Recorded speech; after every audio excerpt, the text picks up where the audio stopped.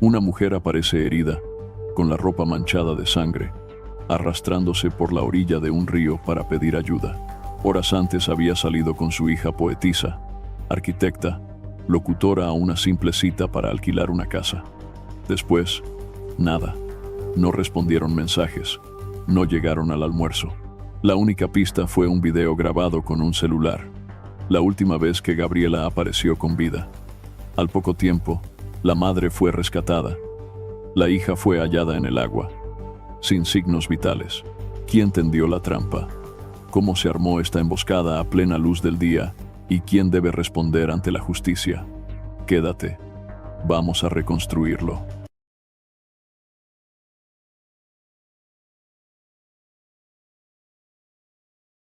Gabriela Barrios López nació a finales de mayo de 1991 en la ciudad de Quetzaltenango, en el occidente guatemalteco, un lugar que muchos conocen como Xela.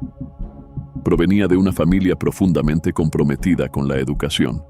Sus padres, Neri Barrios y Orba Lili López, eran ambos maestros, y junto a ellos y sus hermanos, Gabriela creció en la colonia Díaz, zona 3 de la ciudad. Desde pequeña, quienes la conocieron coincidían en describirla como una joven alegre, respetuosa y profundamente solidaria. Su buen desempeño académico fue solo una de las muchas formas en que destacaba. Además de ser una estudiante disciplinada, Gabriela se caracterizaba por su fuerte sentido ético y su calidez humana. Los fines de semana los dedicaba a su fe, asistiendo con su familia a la iglesia evangélica local. Con el paso del tiempo, su interés por el arte y la creatividad la llevó a estudiar arquitectura en la Universidad Mariano Gálvez. Después de graduarse, fundó junto a una amiga su propia empresa en ese rubro. Pero Gabriela no se detenía allí. Era una apasionada de las letras y también poeta. Participó en numerosos eventos culturales en Xela y llegó a publicar un libro titulado Versos Incompletos. Paralelamente, cultivó su amor por la cocina, formándose como chef, y también por la locución, labor que ejercía en una radio cristiana local. Su hermano, Neri Alberto Barrios, contaba con orgullo que incluso había grabado un disco junto a su padre, ya que cantar era otra de las grandes pasiones de Gaby. Para el año 2017, Gabriela tenía una relación estable con Eric Lancerio, su novio desde hacía casi 3 años. Se habían conocido en 2014 durante un evento benéfico para niños con cáncer, en donde Eric, vestido de payaso, llamó su atención. Desde entonces, compartían sueños, proyectos y planes a futuro.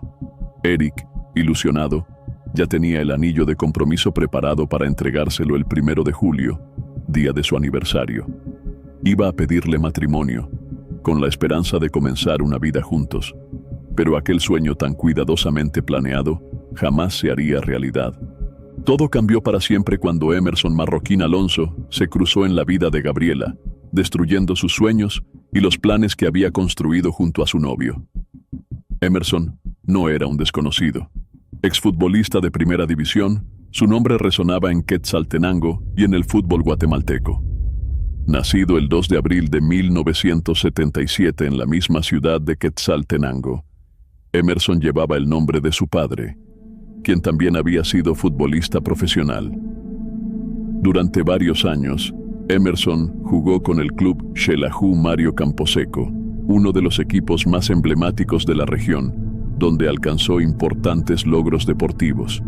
También vistió los colores de otros equipos como Juventud Retalteca, Marquense, Suchitepeques y Deportivo San Pedro, en algunos de los cuales llegó a portar el gafete de capitán. Uno de los momentos más destacados de su carrera fue en 1996, cuando su equipo Xelajú derrotó al poderoso Comunicaciones en el estadio La Pedrera, coronándose campeones. Aquella victoria sigue siendo considerada como uno de los grandes hitos del fútbol nacional y un punto culminante en la trayectoria de Emerson. Sin embargo, más allá de los trofeos y reconocimientos, muchos recuerdan a Marroquín como un jugador aguerrido, pero también propenso a los excesos dentro del reglamento, lo que en más de una ocasión le causó dificultades dentro y fuera del campo. Tras retirarse del fútbol profesional, su vida tomó un rumbo más reservado. Poco se supo públicamente sobre sus actividades, salvo por su presencia constante en redes sociales, especialmente en Facebook, donde solía publicar fotografías de sus días de gloria como futbolista. Estas publicaciones solían recibir respuestas cargadas de nostalgia, elogios de fanáticos y mensajes de antiguos compañeros de equipo. A principios del año 2017, el nombre de Emerson Marroquín volvió a resonar en los medios guatemaltecos. Pero esta vez, ya no era por sus hazañas deportivas.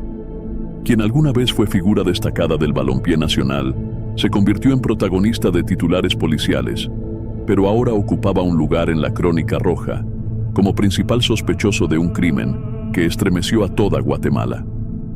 Todo comenzó en los primeros días de febrero de ese año. Gabriela, de 25 años, y su madre Orba, de 53, estaban en busca de una vivienda para alquilar. La razón era comprensible. Neri Barrios, el padre de Gabriela, había sido diagnosticado con cáncer y recientemente se había sometido a una cirugía delicada. En ese momento, aún permanecía hospitalizado. Madre e hija consideraron que lo mejor sería acondicionar su hogar para que el padre pudiera tener una recuperación más cómoda, pero mientras duraban las reparaciones, necesitaban mudarse temporalmente. Fue así como Gabriela se dedicó a revisar los clasificados en los periódicos. El 3 de febrero, encontró un anuncio que llamó su atención: una casa disponible para alquilar en el municipio de Cantel. Sin perder tiempo, marcó el número que figuraba en el aviso. Un hombre respondió afirmando ser el propietario del inmueble, y tras intercambiar unas palabras, acordaron encontrarse la mañana siguiente. El 4 de febrero, tal como lo habían planeado, Gabriela y su madre llegaron puntuales al lugar. Allí las esperaba un hombre que se presentó como el dueño de la propiedad, el mismo con quien Gabriela había hablado por teléfono. Se trataba nada más y nada menos que de Emerson Marroquín Alonso. Emerson les explicó que no podían ingresar a la casa en ese momento, ya que aún había inquilinos viviendo allí, aunque estaban a punto de desocuparla. A modo de compensación, ofreció llevarlas a conocer el nacimiento de agua que abastecía la vivienda, asegurando que eso era una ventaja del terreno. Ambas mujeres, confiadas por el comportamiento aparentemente amable del hombre, decidieron aceptar su invitación. Mientras seguían el recorrido sugerido por Emerson Marroquín, Gabriela decidió grabar el momento con su celular. Registró 2 videos. En el primero, su madre conversaba tranquilamente con él. En el segundo, Emerson caminaba unos pasos adelante, guiándolas hacia lo que dijo ser un nacimiento de agua. Estos videos, enviados al mediodía a su familia y algunos amigos, serían la última señal de contacto de Gabriela. A partir de esa hora, el silencio lo envolvió todo. No hubo más mensajes ni llamadas. La falta de comunicación encendió las alarmas. Sus hermanos comenzaron a intercambiar mensajes, a hacer llamadas, intentando encontrar una explicación, pero el desconcierto aumentaba con cada minuto. Gabriela y Orba eran mujeres activas y responsables. Nunca se desconectaban sin avisar. Una hija fue a la universidad donde Orba daba clases, pero allí le informaron que no se había presentado ese día. Esa confirmación derrumbó cualquier esperanza de normalidad. Neri, otro de los hijos, también fue al lugar para reunirse con su hermana. Recordó que Gabriela mencionó una visita a una propiedad en Cantel, aunque sin precisar ubicación. Desesperado, volvió a ver los videos y entonces notó algo revelador. Reconoció el sitio. Había estado allí años atrás, en 2014, haciendo un avalúo. Esa memoria se convirtió en la primera pista concreta para buscar a su madre y a su hermana. Aproximadamente a las 7 de la tarde, Neri y su hermana se dirigieron al sitio que él creía haber reconocido en el video de Gabriela. Apenas 15 minutos después, llegaron al lugar. Al bajar del vehículo, Neri se acercó al portón para confirmar sus sospechas. Una camioneta roja con un golpe visible, idéntica a la que aparecía en el video, seguía estacionada justo en el mismo lugar. Era sin duda el mismo sitio. Comenzaron a tocar con insistencia, pero nadie respondía. Todo indicaba que en ese momento la vivienda estaba vacía. Sin embargo, algo les inquietó aún más. No había rastro del vehículo que Gabriela y su madre habían utilizado ese día. Decidieron rodear la casa, caminar por la calle, observar desde todos los ángulos posibles, tratando de encontrar alguna señal de ellas. Nada. Persistieron tocando el portón, esperando que alguien saliera. Al no obtener respuesta, acudieron a las casas vecinas con la esperanza de obtener alguna pista. Algunos residentes les dijeron que el inquilino de la casa era un exfutbolista muy conocido, Emerson Marroquín.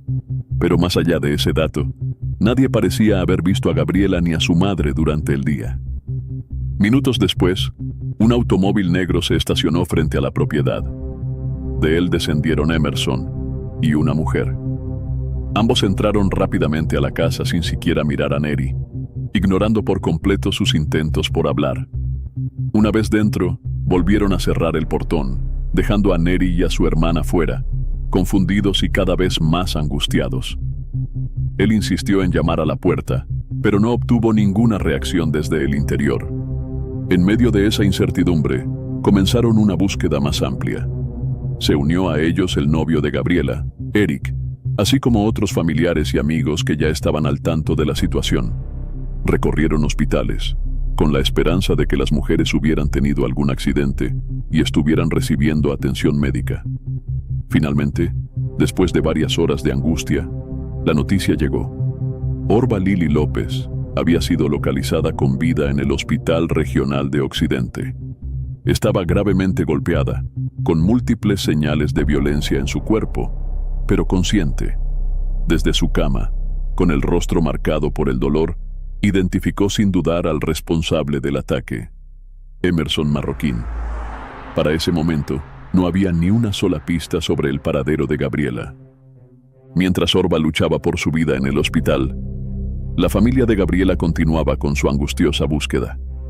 Eric, su novio, descendió al río Salamá con la esperanza de encontrar alguna pista, mientras Neri, su hermano, formalizaba la denuncia ante la policía y el Ministerio Público.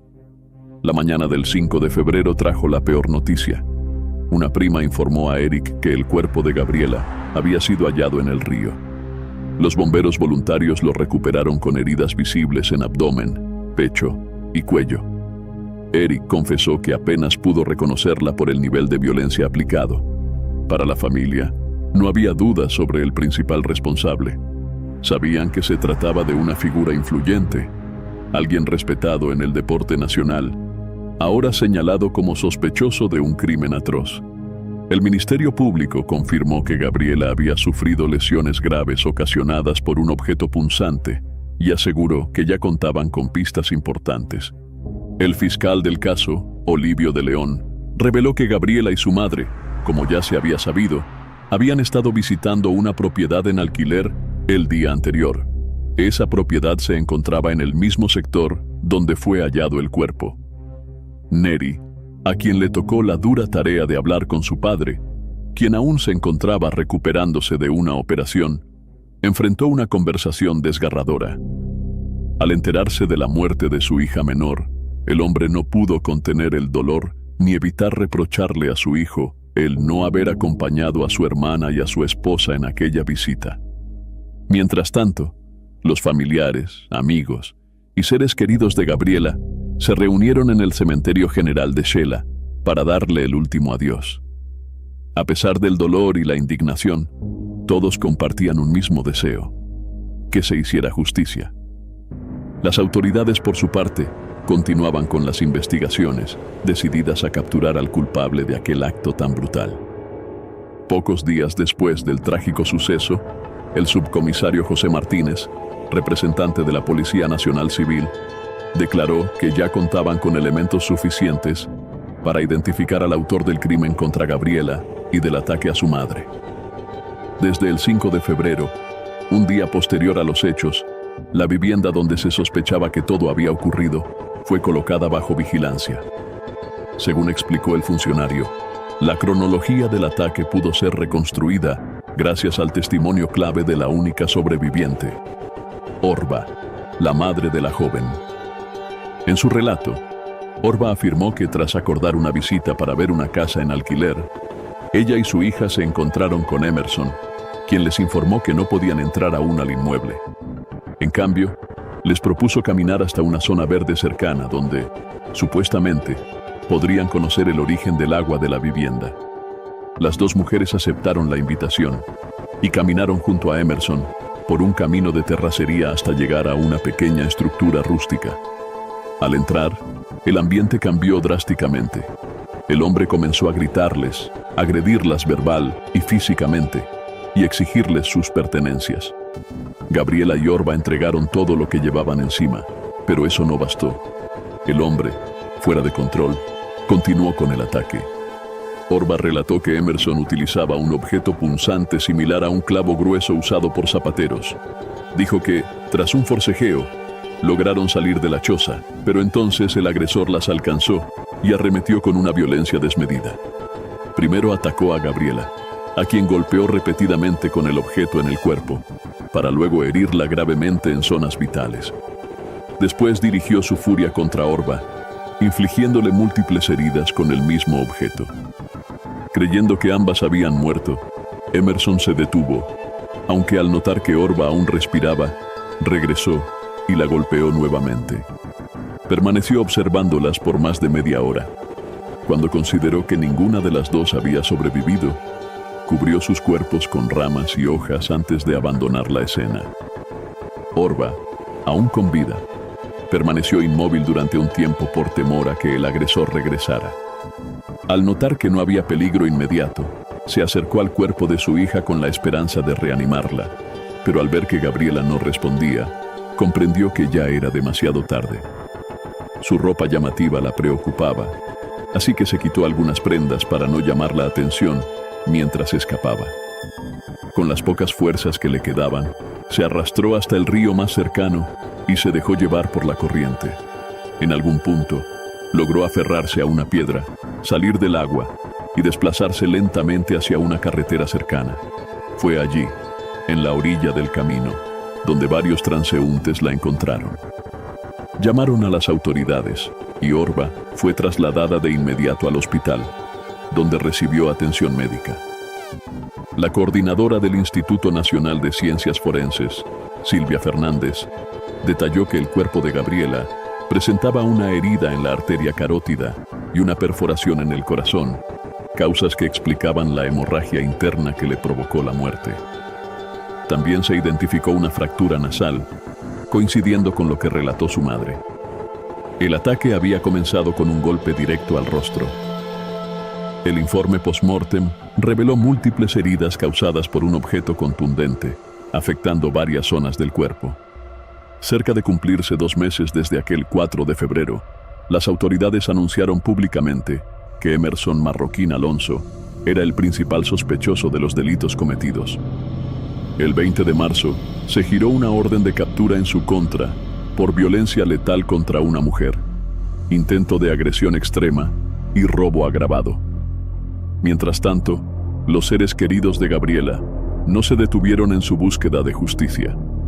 Organizaron marchas, colgaron carteles con su rostro por toda Quetzaltenango y presionaron constantemente a las autoridades para que no abandonaran el caso. Una manifestación particularmente conmovedora fue protagonizada por Eric, el novio de Gabriela. Vestido como su personaje de payaso Chito, acompañado de su amigo Limoncito, otro payaso local muy conocido, se plantaron frente al Centro Regional de Justicia con pancartas que exigían justicia para Gabriela. Eric confesó que ese atuendo era el que más hacía reír a Gabriela y aseguró que, aunque ella ya no estuviera físicamente, su amor y lealtad hacia ella seguirían intactos. En medio del clamor de justicia, Eric expresó su frustración señalando que, aunque algunos investigadores hacían su parte, había figuras en altos cargos a las que simplemente no les interesaba resolver el caso. Las exigencias para esclarecer el crimen no venían solo de la familia o los amigos de Gabriela. Muchas voces se alzaron, incluyendo instituciones y colectivos que luchan contra la violencia en Guatemala. Entre ellos, destacó la participación de agrupaciones de periodistas, como la Alianza de Entidades de Prensa, que recordó que Gabriela se desempeñaba como locutora en una emisora cristiana local. La alianza aprovechó el momento para insistir en la necesidad de implementar un programa de protección para periodistas, una promesa gubernamental que aún no se había cumplido. La muerte de Gabriela dejó un vacío inmenso en sus seres queridos. Eric, su novio, fue uno de los más golpeados emocionalmente. Confesó que no podía dormir si no era con la luz encendida, que sentía un dolor constante en el pecho, y aunque sus amigos trataban de animarlo, el sufrimiento seguía allí, intacto, pesando con fuerza cada día. La pareja estaba a punto de cumplir 3 años de relación, y Eric había preparado una sorpresa muy especial. Pensaba pedirle matrimonio el 1 de julio, día de su aniversario. A pesar del dolor, Eric decidió rendirle homenaje con un emotivo video titulado Hoy era el día, donde recopiló fotografías y momentos compartidos con Gabriela. Según él, solo los recuerdos mantenían viva su esperanza. Mientras tanto, las autoridades confirmaron que Emerson Marroquín había logrado salir del país. De ídolo deportivo a fugitivo internacional, el exfutbolista fue declarado prófugo de la justicia y se emitió una alerta roja de Interpol en su contra. Su rostro empezó a circular no solo en Guatemala, sino también en varios países, acompañado de mensajes que pedían colaboración para su captura. Los medios replicaron masivamente la noticia y la sociedad entera se unió con un solo objetivo: que el autor del crimen no quedara impune.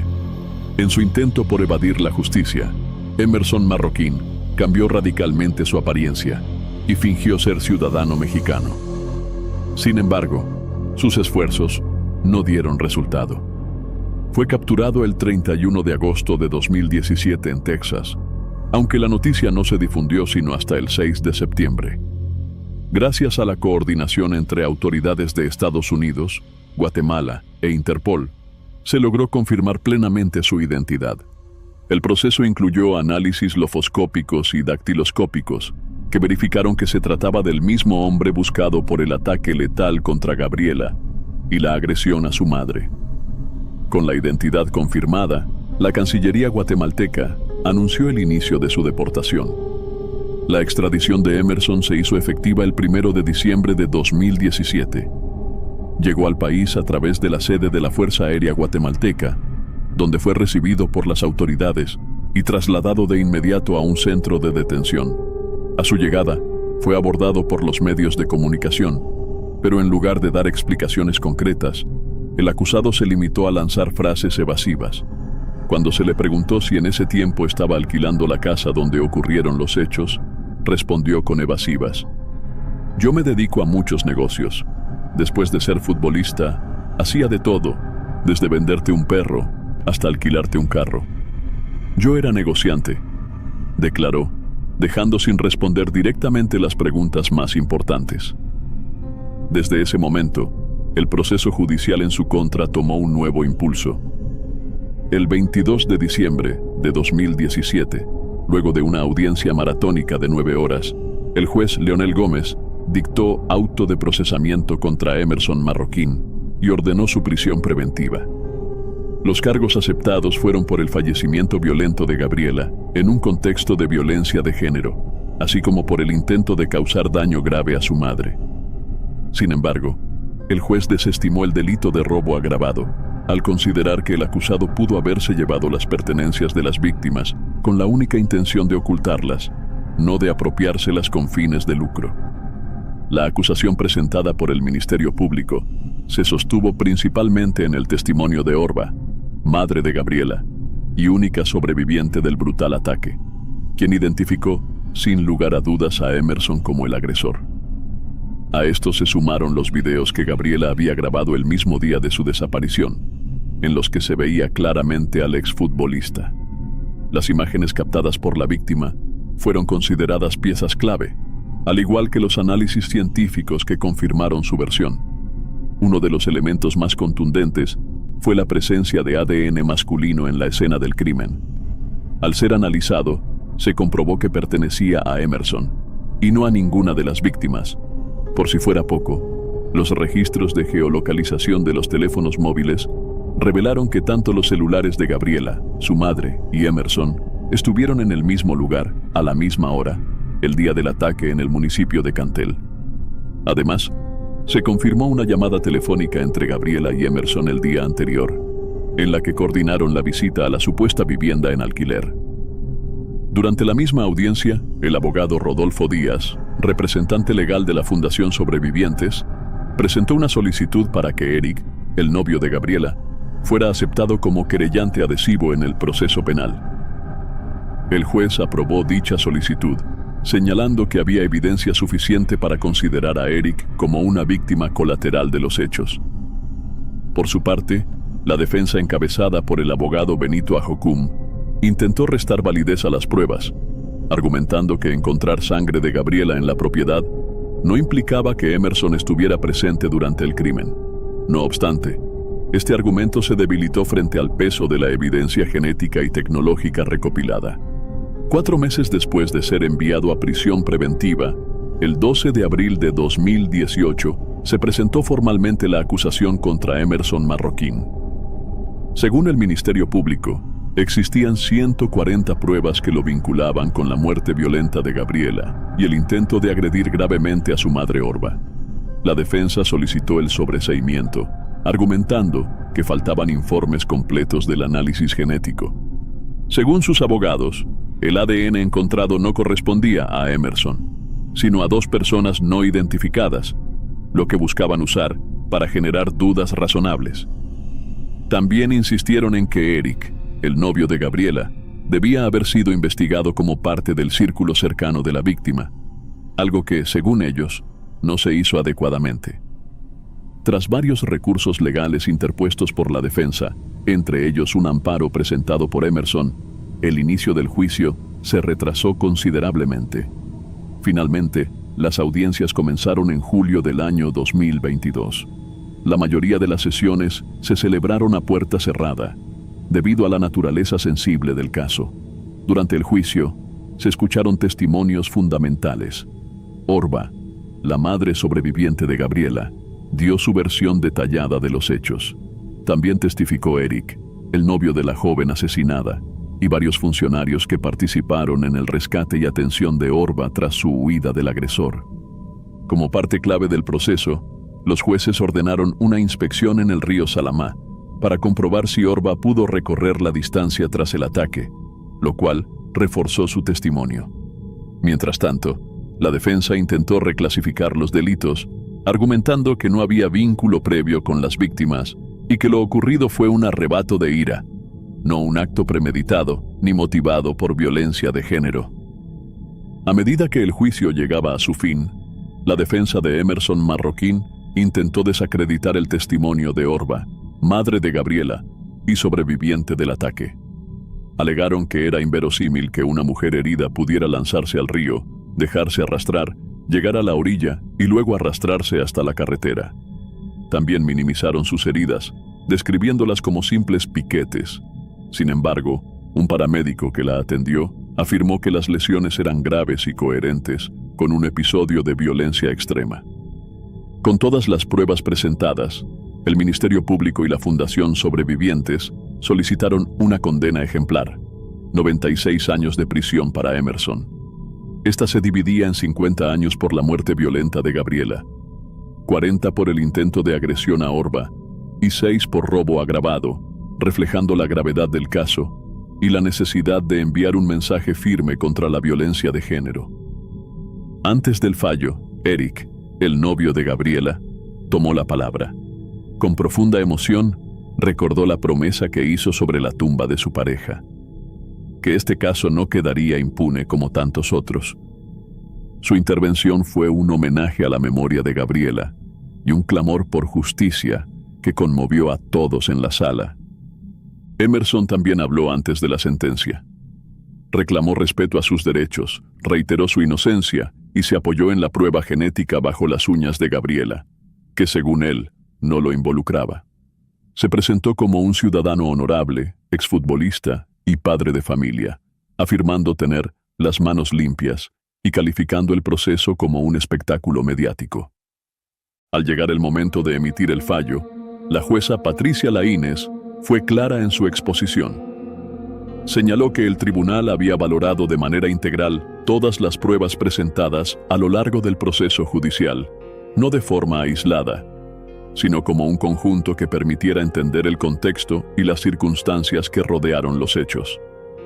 Entre esas pruebas destacaban los registros telefónicos que ubicaban al acusado en el lugar del crimen, las imágenes captadas por una de las víctimas en las que aparecía el rostro del sospechoso, así como el testimonio directo de Orba, la sobreviviente del brutal ataque, y las declaraciones de los funcionarios que acudieron en su auxilio. A pesar de que la defensa intentó restar validez a cada uno de estos elementos, el tribunal les otorgó un valor probatorio fundamental. La jueza destacó que, pese a no haber una relación previa con las víctimas, según su análisis, la agresión había sido motivada por el ejercicio de relaciones desiguales de poder, y la violencia ejercida contra Gabriela y su madre tenía como base el hecho de que eran mujeres. El juez también dejó en claro que la legislación de Guatemala no exige que exista una relación íntima o prolongada entre el agresor y la víctima para que un acto violento sea clasificado como causante de la muerte de una mujer. En relación con el argumento de Emerson, quien sostuvo que la muestra de ADN encontrada debajo de las uñas de Gabriela no coincidía con la suya y que eso lo exoneraba, los jueces emitieron un fallo contundente e inapelable. La sentencia final llegó el 21 de septiembre de 2022. Emerson Marroquín fue condenado a 50 años de prisión inconmutables por el feminicidio de Gabriela Barrios y a 16 años y 8 meses más por el intento de feminicidio contra su madre, Orba López. En total, la pena sumó 66 años y 8 meses. Al salir del tribunal, Emerson solo dijo: «Dios se encargará de todo», una frase que contrastaba con la gravedad de los crímenes cometidos. Neri, hermano de Gabriela, también evocó a Dios al agradecer que se hubiera hecho justicia, reconociendo que en momentos la defensa logró sembrar dudas. Eric, su novio, expresó alivio y pidió que el nombre de Gabriela fuera recordado por su fuerza y compromiso, no por su trágico final. Se dictó una sentencia que, aunque no borra el dolor, ofreció algo de reparación a una familia devastada.